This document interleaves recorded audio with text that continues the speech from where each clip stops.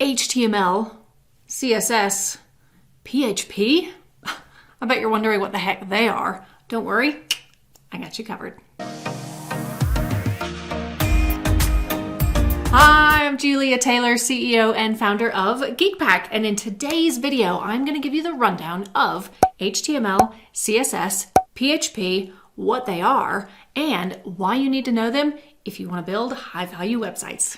It can be so overwhelming when you first start learning web development because there's so much information out there, and the jargon, it's coming at you left, right, and center, and it can honestly just make you want to pull your hair out. But it doesn't need to be that difficult, I promise. There are 3 coding languages that I recommend that you learn. These are the exact same coding languages I teach my students. They are HTML, CSS, and PHP. And these 3 coding languages, they are key components to knowing how to build a custom WordPress website for your clients and really charging the big bucks. So I want to start this tutorial by showing you an example. So let's think about a website like a car. So HTML, that is everything that you can see, click, or view on a website. So think about the windshield or the car door. And then there's CSS, and CSS provides the style and the shape, like the general look and feel. So on the website, think about colors, fonts, buttons, and how they interact and things like that.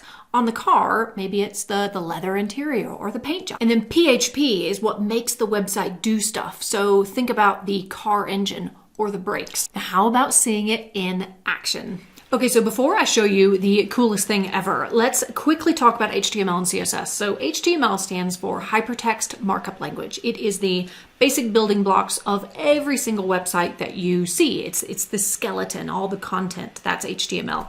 Now CSS, that stands for Cascading Style Sheets, and it is exactly as it sounds. It's the style. So it's what you see on the website from a button hover to font color to even this cool effect here where you have that background shadow. That is CSS.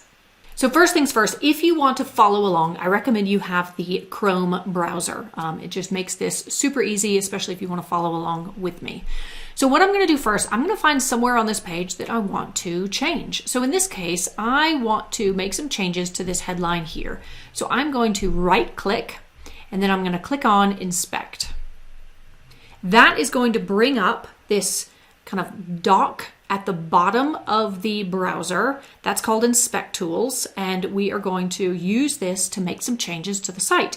Now, you might be saying to me, you might be saying, hang on, mine looks different. My dock is on the side of the page, or it's not at the bottom. If yours doesn't look like mine and you want it to, if you come over here to the right, see where we've got these 3 dots on top of each other? If you click on that, you can move the dock location. So yours might be on the right. If that's the case, click on those 3 dots if you want to move it to the bottom, and you can just shift it down to the bottom. I prefer to have mine on the bottom. You can have yours wherever you would like. Okay, so what we're looking at here is we have HTML on the left side. All of this, kind of the 3/4 of the screen on the left side, that is all HTML. CSS is everything here on the right. Okay, so as I said, I want to make a change to that headline, to the meet on Zoom. Now, I have already selected that. See how it's kind of highlighted down here? It says H1, that's heading 1. Don't worry about that. We'll get into that in more detail in another video. But see how that says H1? Now, if you are not selected on the H1 and you want to be, if you click on this little arrow here where it says select an element in the page to inspect, if you click on that, and then you can move your mouse, your cursor around to decide what you want to select. And I want to be on that H1. So if I click on that, now we're still selected that H1. So if I come across to the CSS area where it says element.style, if I tap my cursor in there, and let's say we want to change the font size. So if I just start typing in font size, you'll see how easy it is because it auto-generates it for you. Font, there we go. All I did was typed FON, and you can see font size is showing up there because it's quite a common one. So yes, I want to change the font size. So if I hit tab, now let's put in something really, really big. Let's say 200 pixels and see what happens. It's massive. It's too big, but that's not the point. We're just kind of playing around to see what we can do. So what if we want to change the color of that headline? So if I hit tab again, it then takes me down to the next line. And if I say color, and then let's say red. There we go. Now we have a very, very large heading that's red. Now don't get me wrong, it doesn't look good, but that's not the point. We're just kind of playing around to see what we can do. Now you might be thinking to yourself, whoa, what are you doing changing Zoom's website? Well, we're not actually. So if I hit refresh, it goes back to normal. So you can kind of play around with stuff, but you're only seeing the changes on your browser. So don't worry, you're not changing anyone else's website. Okay, next, how about we change the color of the button? Why not, right? Okay, so I'm going to use the little select tool. I'm going to click on that so you can see how it's turned blue. And then I'm going to come up to the button. And now that is selected. So if I click on that, now I know that whatever change I make in my element.style in the CSS section, it's going to take effect on that button. So I know that I want to change the background color of that button. So if I start typing in background, you can see that the background dash color is just a few down. So I'm going to use my down arrow to get to that background dash color. And then I'm going to hit tab. And then let's change this to maybe purple.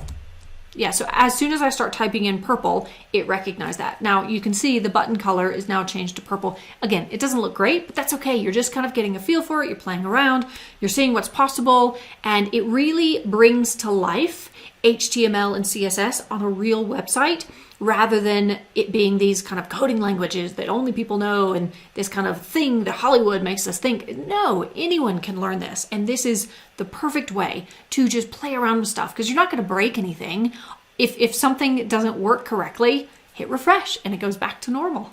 So that's what HTML and CSS look like. But what about PHP? Well, PHP looks a little bit like this. So PHP is the seemingly terrifying part of WordPress. And when you ask most people, they'll say it's hard, it's scary, it's gobbledygook, but I promise it is not as hard as it looks. And once you learn it and really understand what it can do, it's incredibly powerful and it's so awesome, all the customizations you can do. So now I want to show you the difference between good and bad PHP. Okay, so very quickly at a glance, you can see we've got good PHP and we've got bad PHP. And immediately you can tell, anyone can see, oh, that makes a lot more sense. And then that one really is just a whole bunch of gobbledygook. So we've got good PHP here on the left. And when I say that that's just a regular WordPress PHP file. And if you look at it, even if you've never ever looked at code before, if you've never looked at PHP before, if you look at it and just kind of read what you see there, you see we've got front page 1, front page 2, we've got page header, you've got something about a sidebar. So there's real words in there that you can kind of take a look and just read through and go, okay, I could probably kind of figure out what was going on here. Even if you've never written PHP, if you've never read it before, that's totally fine. At least you can look at it and go, okay, that kind of makes some sort of sense.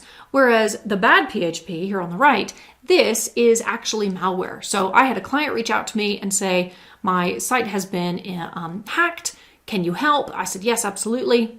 Charged them a lot of money, just I might add. And what I did here is this is actually a screenshot of me training my students how to remove malware. So that's exactly what this is taken from. But you can look at that and you can go, ooh, gosh, that is bad. That is gobbledygook. That doesn't make any sense. And that's 100%, that's malware. That's exactly what that is. Someone has hacked this website. I went in, I cleaned it up. I then taught my students how to do that. So you can see just with these two examples that PHP isn't this like scary, hard thing.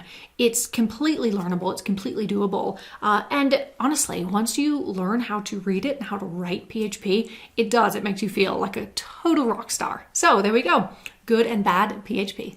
So do you want to learn more HTML and CSS and learn how to build a 2-page website entirely from scratch? Awesome! Be sure to join my free 5-day coding challenge and I will walk you through the entire process step by step. Thanks for watching. Be sure to hit subscribe and we will see you next time.